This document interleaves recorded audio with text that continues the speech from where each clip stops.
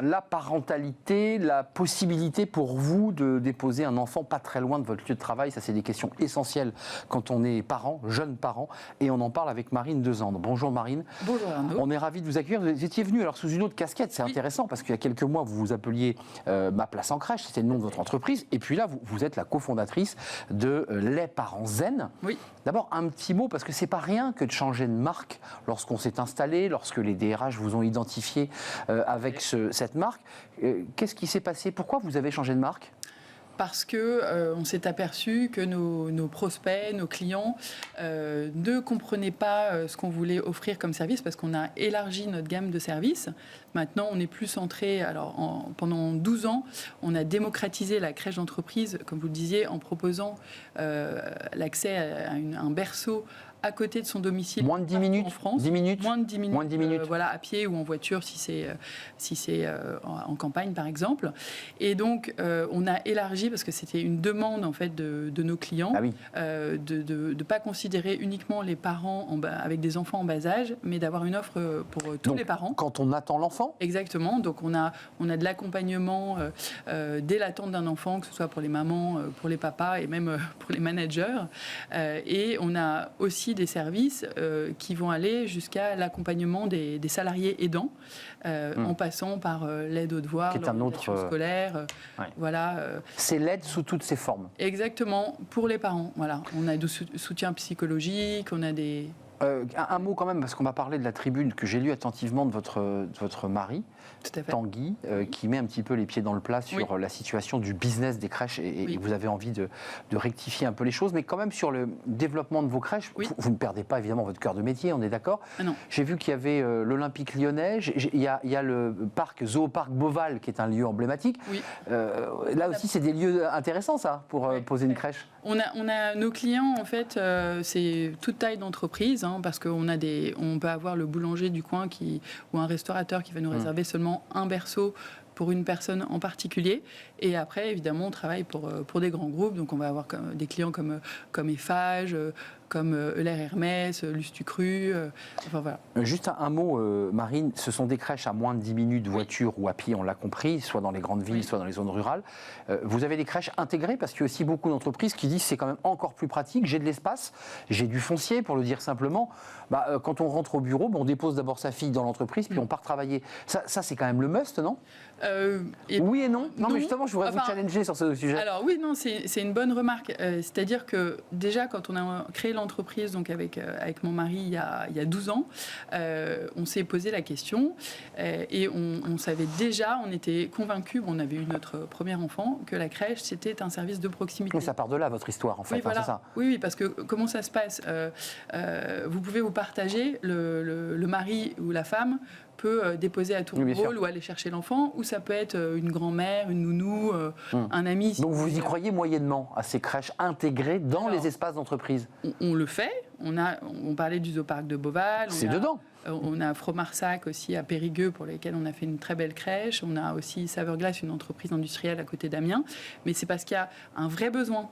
C'est parce que les parents vont tous au bureau tous les jours. Il n'y a pas vraiment de... Il y a des usines, il y a des choses comme ça. Et il n'y a pas d'embouteillage. Et il n'y a pas de mode d'accueil pour ces gens-là, donc c'est la seule solution. Marine, votre mari, je le redis, Tanguy a mis les pieds dans le plat dans une tribune qu'on peut lire d'ailleurs sur les réseaux sociaux et sur LinkedIn en particulier.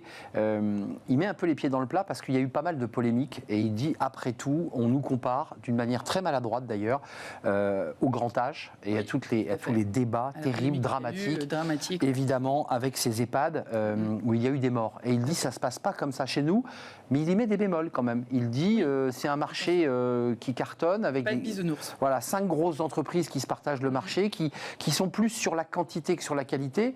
Et j'ai le sentiment que vous faites un pas de côté, vous dites, nous, c'est d'abord la qualité. Oui, on a une directrice qualité, parentalité au sein de l'entreprise, donc c'est pas pour rien, c'est vraiment très important pour nous, parce qu'on choisit les acteurs, les gestionnaires avec qui on travaille, et c'est vrai qu'on travaille énormément avec des très beaux acteurs indépendants, qui peuvent avoir en général, ils ont rarement qu'une crèche, mais 2-3 crèches jusqu'à plusieurs centaines de crèches et qui font du très bon travail, qui sont très proches en fait de leur personnel. Donc il y a beaucoup moins de la formation des personnels. Hein. Voilà, et de la formation, c'est très, très important évidemment. J'imagine que c'est un élément très fort pour les DRH aussi, la qualité de prestation, parce que ça, évidemment, l'exigence des DRH est très forte sur ce point. Oui. Et puis les salariés sont à portée de main, ils peuvent évidemment faire remonter immédiatement au DRH. Oui. On voit quand même à travers des chiffres qui sont intéressants de chez Ernst & Young, 70% des entreprises constatent un meilleur moral des salariés dans cette formule, et 80% des entreprises constatent une hausse de la productivité. Voilà. Donc c'est très bénéfique. Exactement, c'est prouvé.